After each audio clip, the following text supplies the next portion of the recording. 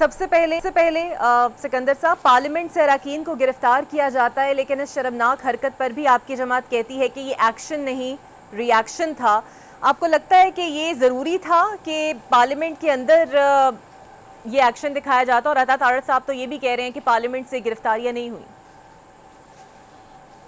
जी देखिए, since it is the national parliament, तो मेरा ख्याल है कि to inspire young people like me who have just come in the provincial assemblies, ये नहीं होना चाहिए था। उन सब पॉलिटिकल पार्टी को बैठना चाहिए और कुछ बेसिक चीजों पे आई थिंक उन्हें अंडरस्टैंडिंग डेवलप करनी चाहिए, because this country has to move forward.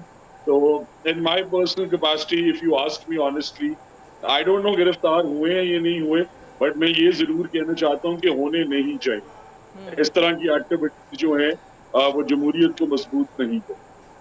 बिल्कुल ठीक है। तो सिकंदर साहब, जिस तरह इमरान साहब कह रहे हैं कि माजी में भी ऐसा होता रहा है, सर मुझे ये बताइएगा, माजी में चूंकि ये हुआ तो अब हम ये करने पे जायज़ हैं, और अगर हम अब ये कर रहे हैं तो उम्मीद रखें कि मुस्तकबिल में भी ये सब कुछ हो सकता है। आपको नहीं लगता कि जो आज आप बो रहे हैं कल को वो आप फिर काटेंगे? वही गलतियां अगर हम दोहरा रहे हैं हुकूमत में रहते हुए, तो वही गलतियां कल आपके साथ भी हो सकती हैं। जी, मैंने तो अपनी पहले पर्सनल कैपेसिटी में ये कहा है कि ये पार्लियामेंट में बाहर कैफ नहीं होना चाहिए, और क्या ये नेशनल असेंबली हमारे जैसे यंग लोगों को मेरी है।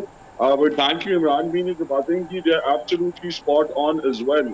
आप देखेंगे अभी नहीं, आप मुशर्रफ साहब का सूरज देखें और कहानियां याद करें कि राना सनाउल्लाह साहब से क्या किया गया। रुकने सूबाई असेंबली थे, ऑपोजिशन लीडर थे, एक सबसे बड़ी जमात जो है मुल्क की, उसे रिप्रेजेंट कर रहे थे। और इसी तरह ये सारी स्टोरीज जो पीटीआई के दौरे हुकूमत के अंदर हुई, तो हम वो सियासतदान हो, वो जर्नलिस्ट हो, क्या मतीउल्लाह जान साहब वाली स्टोरी हम भूल गए हैं? क्या हम भूल गए हैं कि उस टाइम के ऊपर किस तरह लोगों को घरों से उठाया जाता था? क्या हम भूल गए हैं कि ये सारी बातें जो आज कर रहे हैं इदारों के खिलाफ, ये कहते थे कि हमारे से ज्यादा तो अंडरस्टैंडिंग इनसे है ही किसी की नहीं।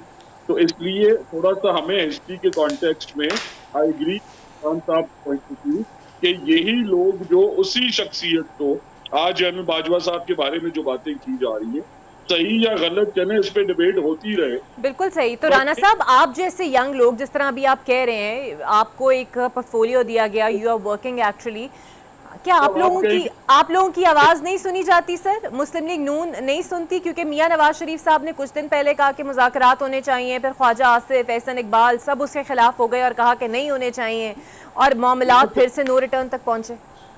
मैं ये चाहता हूँ ये सब बैठे हैं, ये मिलके इस मुल्क की चंद एजुकेशन पे, फॉरेन पॉलिसी पे, इकोनॉमिक्स पे कंसेंसस डेवलप हो जाए। बट सिर्फ ये कॉन्टेक्स्ट बताना भी जरूरी है कि ये साजिशें इस मुल्क के खिलाफ आज से नहीं कर रहे। इन्होंने ताहिर कादरी साहब को कनाडा से इन्होंने बुलाया था। ये तहरीक इंसाफ का जो मीराने पाकिस्तान पे जलसा हुआ था, वो किसने कराया? किसने जाके इस्लामाबाद वाला धरना कराया? जावेद हाशमी साहब ने किन जजेस का जिक्र किया था? किसने आरटीएस को 2018 में बिठाया था?